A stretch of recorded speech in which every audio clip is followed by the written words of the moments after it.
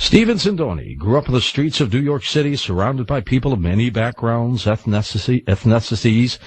This aroused curiosity about the human condition and need to understand just what makes people choose the path they do. Such was the case when he came across the legend of J.C. Brown, the man who claimed to have discovered a lost city in Shasta Mountain with hidden treasure and the remnants of a legendary society. The body of his work includes the following. Sindoni says, I said, The Planet X Factor, Trailer Park, Temp Agency, and the Legend of J.C. Brown. Stephen Sindoni. Hey, Stephen, how are you? Good evening, George. How are you tonight? Good. I just want to pronounce it again. Ethnicities. There you go. I got it out. You've got it, yes. Mount Shasta, called the Magic Mountain. How come?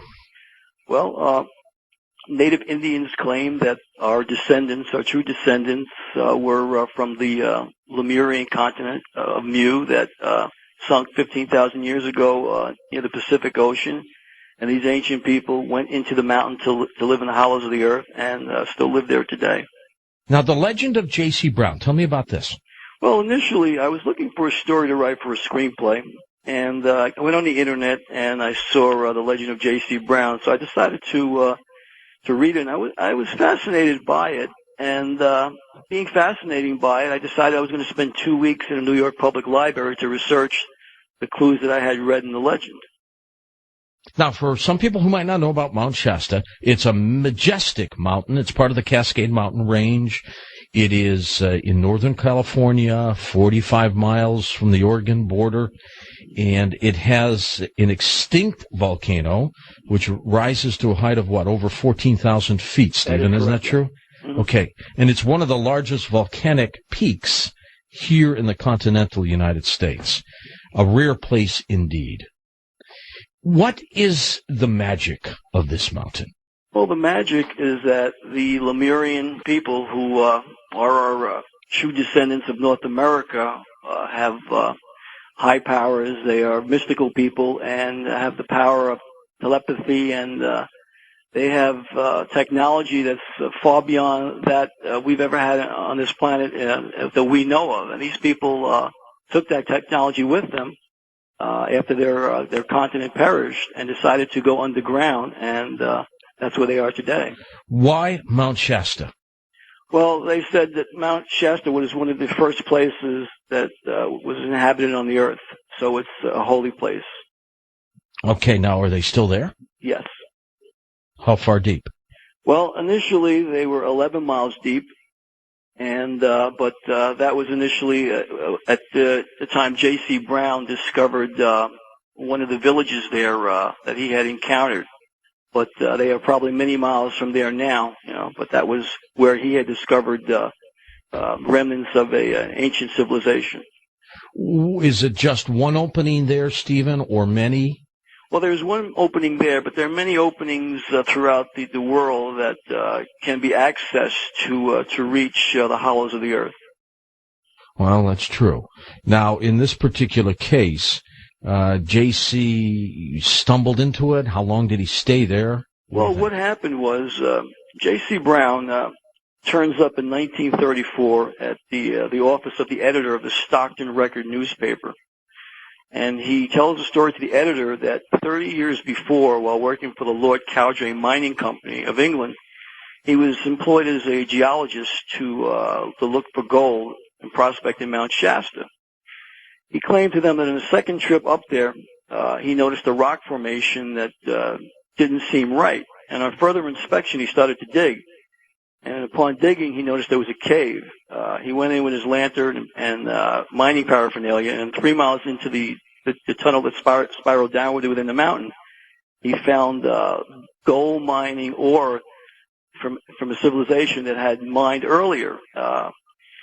He decided to go deeper, and he went 8 miles deeper, which now he's at 11 miles depth. And when he got to 11 miles depth, he saw a village and with streets. And as he continued on, he found rooms and chambers.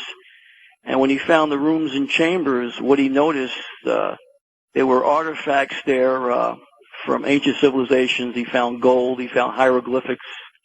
He found plates that were had drawings on them. tempered steel, spears, and other objects made of gold. And he knew he was onto something. Upon further discovery, he came across other rooms that turned into chambers with places of worship. He found 13 statues that were made of copper and gold, and a sun that was designed from golden streamers with metal that we don't even today have the ability to create. He noticed while he was in his room that things were strewn about, and it looked as if people were there, but they must have left at the spur of the moment. So he realized that, this place had been occupied.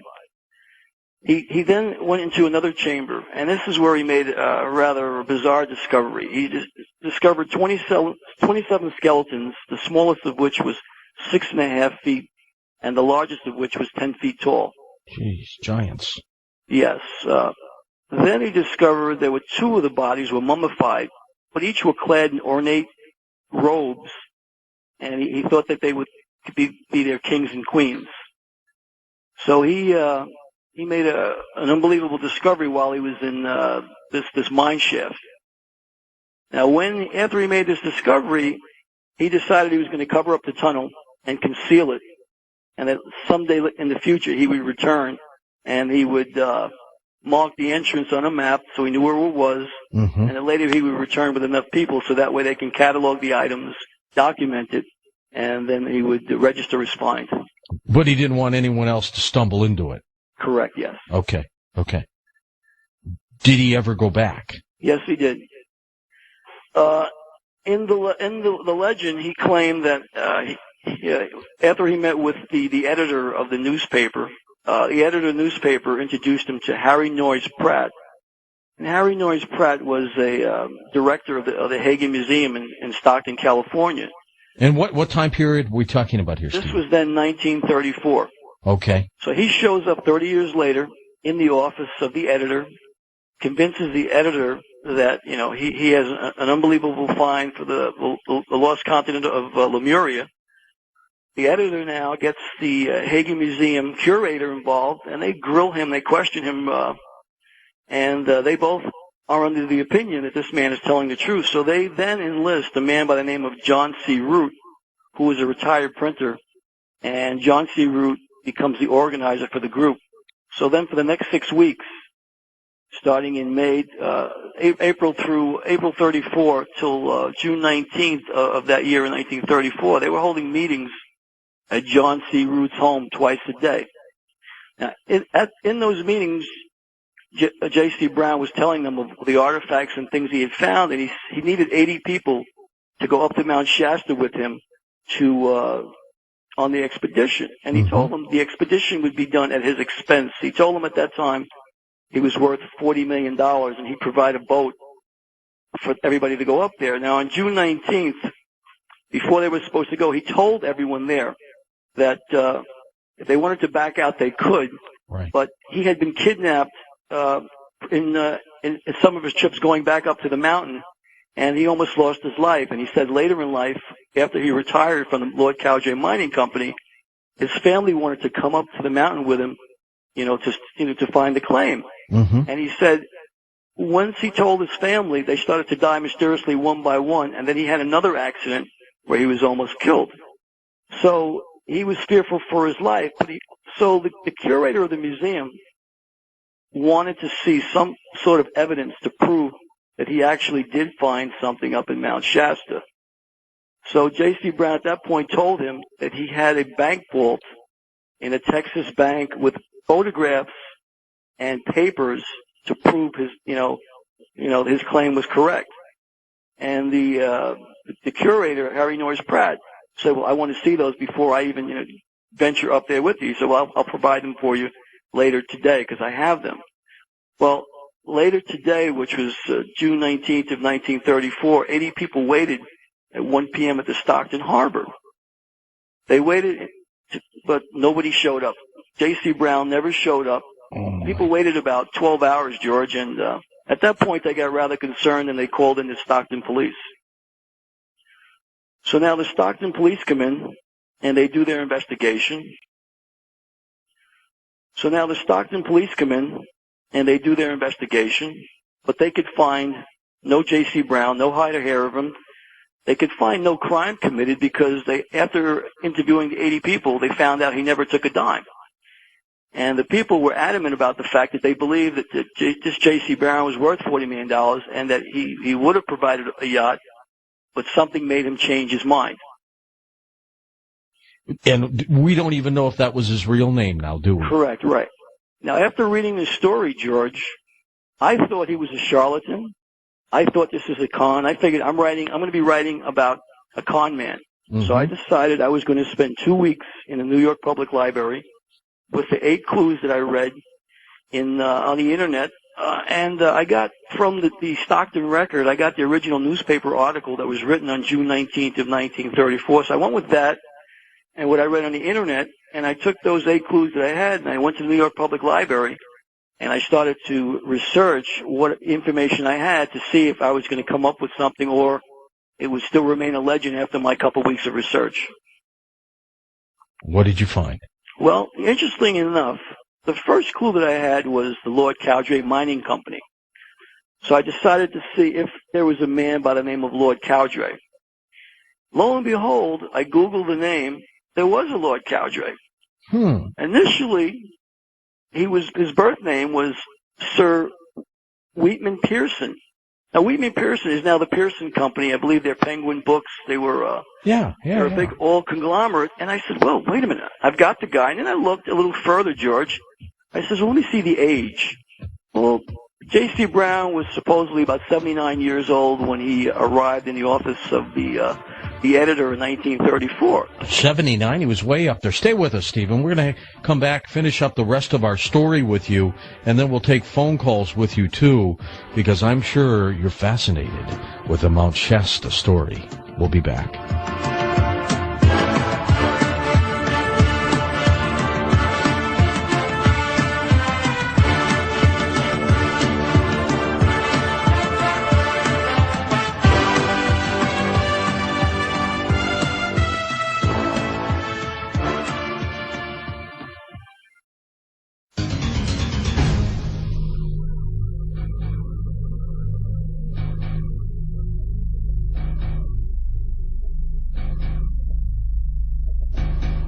And welcome back to Coast to Coast. I'm George Norrie as we talk about the legend of J.C. Brown and Mount Shasta with Stephen Sindoni. Stephen, you're talking about the clues, and the first being, of course, the mining company. Go ahead.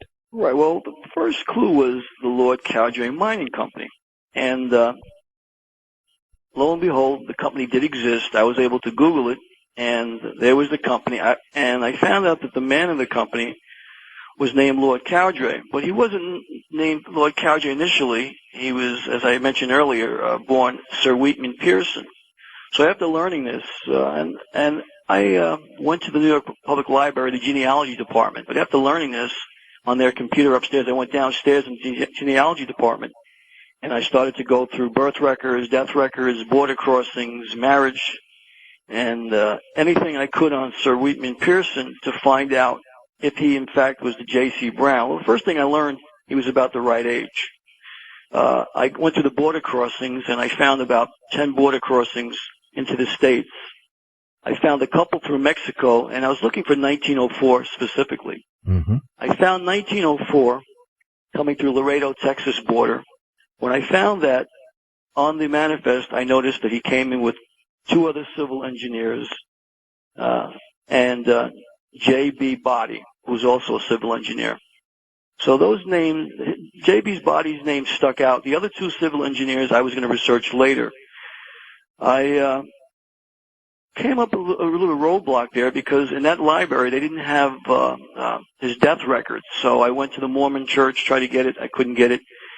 I then went to the Science Library on 34th Street, and I was able to find his autobiography. Once I was able to pull the autobiography for Lord Cowdray, I discovered that he died in 1927. So now that kind of put me at an obstacle course because the man I'm looking for shows up in 1934. Mm-hmm. So I go back to the counter and I ask a woman by the name of Marguerite Nealon, who works there at the Science Library at 34th Street, if she could find me a book on the American Society of Civil Engineers, because in the autobiography of Lord Cowdray, it mentioned he was a civil engineer. And I'm thinking, well, whoever this man is has to be a civil engineer, because Lord Cowdray came in 1904, just like the man in the legend J.C. Brown claims. But I couldn't find him coming in 1907. So I said, well, he had to have told somebody, or maybe it was somebody other than the initial engineers that he brought over on the first trip. Well, Marguerite Nealon found this book for me. She said, you know, it's funny you say that, but a week ago I came across a book on American Society of Civil Engineers. She says, wait right here, I'll get it for you. So she went and got it. I thumbed through the book and noticed that Lord Cowdray had died in 27, as I had learned, and then I looked further and I found 3 other lieutenants that he had who were all civil engineers. And I looked at the names to see if the names matched the 1904 crossing through Laredo, Texas. One of the 4 names matched. It was J.B. Body. J.B. Body, yeah. Now, J.B. Body was actually John Benjamin Body, which I learned through the microfilm. So now I wanted to study more of J.B. Body. So what I did then, I then got another microfilm to read, and I was able to find his memoirs through the American Society of Civil Engineers, which put his death at May 23rd of 1940. So here it is. I have a man who was born in 1867, who was about 70 years old at the time, 1934, that the man shows up at the Stockton editor's office. So I've got a man who's late in age, who worked his whole life for the Lord Cowdray Mining Company, who came in from Mexico with Lord Cowdray in 1904. So I says, maybe I've got a bullseye here. So I then took the memoirs with me, and I went back to the library on 42nd Street, and I decided to now look very closely at all of J.B. Body's border crossings into the United States and through Mexico. What I learned and discovered was that in 1907, just as J.C. Brown had claimed that he had found the treasure on his second trip up to Mount Shasta, when I went through J.B. Body's second border crossing through Laredo, Texas, I found him coming into the country with 3 other engineers that were working with him in Mexico for the Lord Cowdray Mining Company. So now I realized I had a bullseye, that the first time he came up with his boss, who gave him permission to go back up there in 1907 to bring 3 civil engineers with him. One of the civil engineers he brought with him was from South Africa. One was from Germany, born in Austria, and the other fellow was born in Scotland, all working in Mexico at the time. So he brought these 3 engineers through the Laredo border. They got on the Union Pacific Railroad, and they took the train up to Dunsmuir, California. And from there, that was a big mining town in those days, they went 11 miles up to the mountain, where they then went up to the mountain to discover what they found up in the hollows of Mount Shasta. Gee, well, so J.B. Body, you believe, was truly J.C. Brown? Yes. All right. Now, the claims, of course, are incredible. What other proof do we have that these people still reside down there? Because J.C. Brown, J.B. Body, never saw the individuals, right? Right, but he saw the mummifications, he saw the skeletons. Is it possible that there's nobody down there anymore? That's a possibility. They might have moved further because of human intervention. I will tell you this. Upon further research and study, I realized why J.B. Body and his party of civil engineers decided to keep the secret. And basically, it was because of the American Indian. Our Native Americans knew early in the 1840s, when the first colonialists went through that area and told them about the people that were living in the hollows of the earth. In 1851, Reddick McKee, one of our colonels from the United States Army, and this is documented by his official recorder. The guy's name was George Gibbs, and you can look this up. This is on record. You can Google this. But there was a treaty to be signed with 13 of the tribes. Look this up. This is on record. You can Google this. But there was a treaty to be signed with 13 of the tribes in Mount Shasta. This is in 1851. The night before, they had a big feast. The day of the signing, the soldiers said they were going to cook a big meal for the Indians, for the celebration. At that meal, 3,000 braves were poisoned. They put strychnine in the beef and in the bread. There were only 150 survivors at that massacre, one of which was named Tyree Jim, which is a little boy. He was allowed to watch it. But what he said was that most of the braves died there at the signing, and some on the trail on the way home, and that he and who the others that were left picked up the remains and took back the Indians back to the village to be buried. Jeez. In the following year, in 1852, and this is all you can look this all up. I want anyone listening to this to challenge whatever I'm saying, to research it, because they'll realize why the Indians are on reservations today. But in the 1852 census, there were only 27 Shasta Indians left in that area. Thereafter, it was decided upon by our government that all the Indians must be put on reservations to keep the most guarded secret, so that way history would not have to be rewritten. Did they find anything that would have shown high technology? J.C. Brown claimed that he found it. He found metals that could not be duplicated in 1900. Now, he was a civil engineer that was part of the building of the. There was in Mexico at the time. He built the Trans-Isthmian Railroad at Tijuana, Mexico, and this railroad went across from the Gulf of Mexico to the Pacific side, and this was about 10 years ahead of the Panama Canal.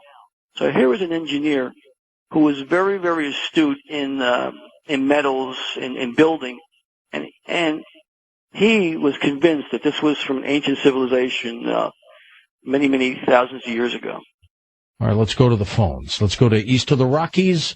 Ray, you're on Coast to Coast with us. Hi there. Hi, George. And yes, I did feel the earthquake this morning, too. Yeah, out there, and you're out in Taylorville, right? Illinois? Right. Okay. My question/comment would be, that story sounds a lot familiar to the story you was telling about the guy that flew his plane over Antarctica. That was Admiral Byrd. Admiral Byrd, correct, yes. And met some people there in the earth or something similar to it. And it makes me think that this is not an isolated type thing, that maybe this is, quite a few places around the globe that this could be happening. There are many places that this is happening. If you and I've read the Hollow Earth theory. And as a matter of fact, I read it after I wrote this manuscript that I wrote and this research. But the Admiral Byrd theory came thereafter. But I said, it's interesting that this comes up because our planes today aren't allowed to fly over the North or South Pole. No commercial flights are allowed, and you just wonder why. Did they have some kind of light source, according to J.C. Brown? I mean, if you look at, the Journey to the Center of the Earth movie, there was a little sun in the center, the core. Well, he did, in the legend, he did not make reference to that. So in everything that I got, I would say I can't say unequivocally yes or say no. I was not made privy to that information by the research that I got. That I don't know. So we don't know if they had an energy source that created light. We just don't know. Right. What we do know is that there was a civilization that he claimed he found there that was ancient. He claimed the Lemurian, and he claimed that they were had technically advanced civilization that was still living within the hollows of the earth. And they may still be there. Yes. West of the Rockies, you're on Coast to Coast with us. Hi there. Oh, hi, George. Hey. I had a brief comment and a question. Sure. Also, it does sound like the story of the guy that in Death Valley that stumbled on some stuff and tried to mark the entrance and then couldn't find it. Sounded a lot like that story. But I was wondering if he was familiar with James Churchward, and he'd written a bunch of volumes of books on Mu. My mother was a Rosicrucian. She had them in her house. They described different kinds of beings that lived under there that supposedly they had left. Some of them had left. But one type of being was about 7 foot tall, and it had, instead of eyes, they had like a light-sensitive gland across their forehead. And I didn't take James Churchward very seriously, but then a friend of my sister's who knew nothing, had never heard of Lemuria, went up to Mount Shasta, and she was wandering around on the mountain, and she felt this high intelligence that kind of scared her. And she looked over the top of the bushes, and there were these 7-foot high beings with no eyes and a gland across their forehead, and she immediately sunk into this sleep and woke up a couple hours later, and the next day she found a cave that was illuminated. She couldn't find the source of illumination, and she felt the same kind of high energy. She went home and told her boyfriend, and he knew about Lemuria. He ran up there, and of course nothing happened to him, but I was kind of surprised that, because I didn't really believe those books when I read them when I was a teenager at my mother's house. But I wondered if you're familiar with James Churchward. Well, I'm familiar with him because in my research, that was one of the books that I pulled to understand Lemuria, because once I discovered that this individual did exist, he went up to the mountain, I was able to figure out actually how it happened. I says, well, now let me just look more into the research, because J.B. Body claimed, or J.C. Brown claimed, that he spent 30 years researching Lemuria. So Churchward's books was one of the first books that I was able to research, and I read that almost from cover to cover to understand what I was really dealing with in writing this story. Somewhere along the line, there's got to be a family of J.B. Body or J.C. Brown, and they may know more about this, Stephen. Well, it would be J.B. Body, and he died in Scotland. His heirs were in Scotland. I have here in front of me, I have his memoirs that I pulled from the book I told you about. But in the memoirs, at the end of it, it talks about, his wife. His wife was the one who was left, and his son had died before that. But here, I'll read it to you. Sure.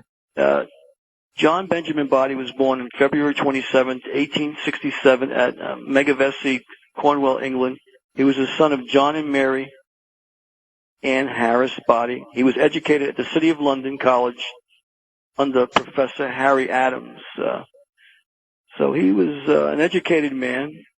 He spent 6 years of training in Great Britain. He then proceeded to Mexico and worked for the Lord Cowdray Mining Company until his death. He devoted his whole life to the interests of one firm from 1890 to 1940. And he identified himself with Lord Pearson and Son Limited Civil Engineering Contractors, which, as I mentioned earlier, Lord Wheatman Pearson became the first Viscount Cowdray, and that's where the Lord Cowdray name came from, Lord Cowdray Mining Company.